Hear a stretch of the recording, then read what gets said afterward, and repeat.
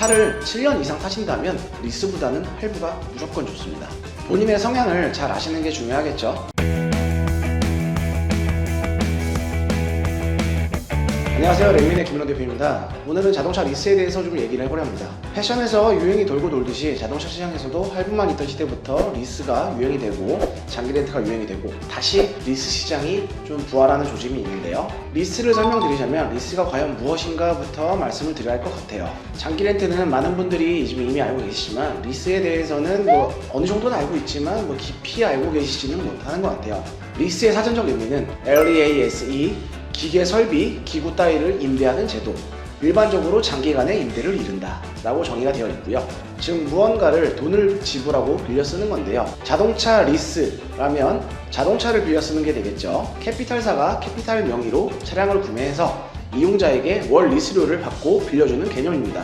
만약 건강보험 지역가입자라면 본인 명의로 차량을 구매하면 재산이 늘어나므로 건강보험료의 상승이 불가피하게 됩니다. 지역가입자가 아니라면 차량을 본인 명의로 구매한다 해도 건강보험료의 상승은 없습니다. 그러면 직장인들은 리스를 할 이유가 있나요? 라고 물어보실 수도 있겠네요. 리스에는 크게 운용 리스와 금융 리스가 있습니다. 깊게 들어가면 좀 복잡한 내용이 될 것 같아서 알기 쉽게 설명을 한번 해보겠습니다.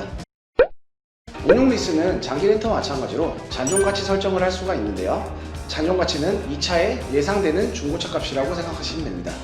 주행거리나 계약 연수에 따라 최대 잔존가치는 달라지지만 차값이 6천만 원이라고 한다면 48개월 계약 주행거리 2만 킬로라고 한다면 리스사마다 다르겠지만 보통 45% 이상의 잔존가치로 남겨둘 수 있습니다. 즉 2,700만 원 정도를 잔존가치로 남겨놓을 수 있다는 얘기입니다. 남은 55%만큼만 내고 타시다가 만기 시에 반납을 하시거나 인수를 하실 수가 있습니다. 예전에 카퍼들이 유예 리스, 유예 할부를 하다가 큰일 난다 이런 부정적인 생각을 하시는 분들이 아직도 있는 것 같은데요. 유예하고는 다릅니다. 유예 리스나 할부는 만기 시 잔존가치를 꼭 지불을 해야만 하는 거고 운용 리스는 반납 또는 인수를 선택하실 수가 있습니다. 요즘은 차를 한 번 사면 오래 타시지는 않죠. 차를 사면 보통 교체 주기가 5년 안팎입니다. 그럼 이렇게 한번 생각을 해보시죠. 위에 6천만 원짜리 차를 할부로 사서 4년 동안 8만 킬로를 주행했을 때 중고차를 팔아서 얼마 정도를 받을 수 있을까요? 차종마다 다를 수 있겠지만 통상적으로 보통 40% 아래입니다. 그러면 중고차 값이 2,400만 원 이하가 된다는 얘기겠죠. 4년 동안 이 차에다가 쓴 비용이 60% 이상입니다. 이 차를 운용리스로 이용했다면 55% 이하를 비용으로 쓰게 됩니다. 예전에는 운용리스를 사업자가 세제 혜택을 받기 위해 이용했다면 지금은 직장인들도 월에 내는 부담은 낮추고 만기 시에도 상황에 맞게 두 가지 선택을 할 수 있음으로써 더 현명한 소비를 할 수 있습니다. 차를 7년 이상 타신다면 리스보다는 할부가 무조건 좋습니다.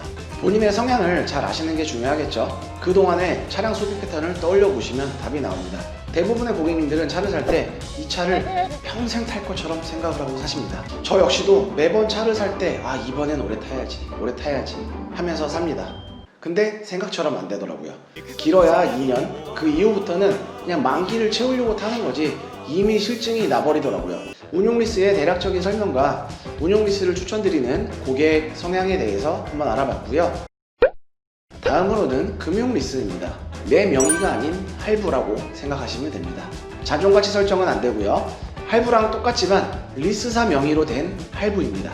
직장인에게 딱히 메리트는 없는 상품이고요. 저희 같은 경우도 1년에 20건 미만의 계약 정도가 있는 것 같아요. 포르쉐나 페라리 등 고가의 브랜드에서는 이제 자주 이용이 되는 상품이기도 하는데요. 아무래도 내 명의로 2억 이상의 차량을 취득한다는 게 좀 부담으로 적용되기 때문인 것 같습니다. 운용리스와는 다르게 중간에 갚고 싶을 때 리스료를 이렇게 갚아버릴 수도 있기 때문에 운용리스와는 어떻게 보면 다른 장점도 존재합니다. 리스의 종류와 장점을 알아봤는데요. 사업자에게는 장기 렌트나 리스가 유리한 점은 기존에 저희 다른 영상이나 다른 유튜버들이 많이 다뤄놓은 영상들을 참고하시면 될 것 같고요. 오늘은 사업자가 아닌 직장인들이 리스를 이용했을 때 장점을 알려드려보는 시간이었습니다. 도움이 되셨길 바랍니다. 오늘의 한 줄 평, 부동산은 오를 수도 있겠지만 차는 사는 순간부터 떨어집니다.